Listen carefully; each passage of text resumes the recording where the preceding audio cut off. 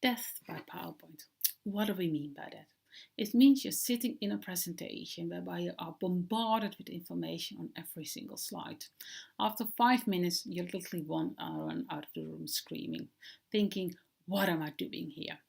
For over 15 years, I've been working in a data-driven industry and seen numbers of these presentations whereby they want to cram something in the region of 100 slides into a 60-minute presentation. Both the presenter and the audience really get angry with each other and fed up with what is sitting there. I myself been giving a lot of presentations and over the years really been able to get it to a fine art of finding the balance between the information that needs to be shown and how you can minimize it for the audience that is there. So both keep it engaging and also keep it interesting for both parties. What I want to show you first is two examples, one of how you shouldn't do it and then how you should do it, followed by some different examples that are not necessarily related to presentations, but might give you an idea of what I'm talking about. After that, I will finish with an example of what I've done with some data and a different way of presenting it. First of all, this slide. It's Bill Gates. He gives a presentation about his Market of Life platform. This is really how you should not do it. Way too much information on the slide and really what is it that he wants to convey with this message.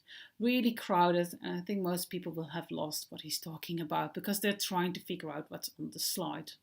That's the downside. If you put a lot of information on your slide, people will look at the slide instead of listen to what you are saying and you've lost the audience. Look here at what Steve Jobs has done.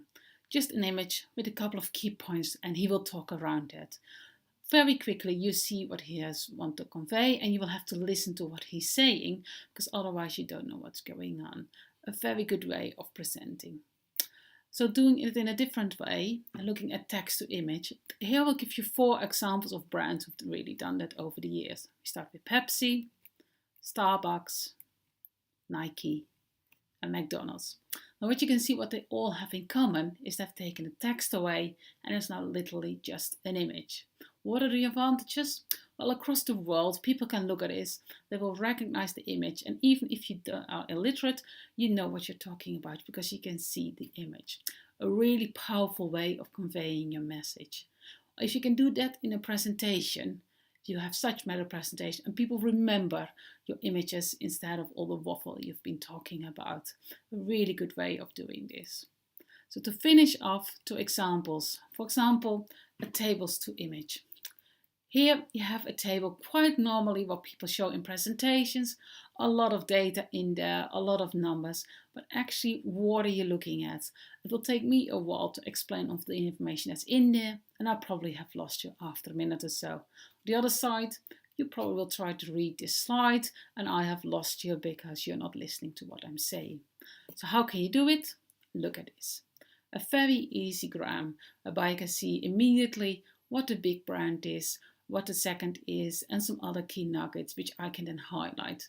And therefore you will listen to what I'm saying and not necessarily what's shown on the screen. I hope you enjoyed this session and there's more information to come in any of my future talks. Thank you.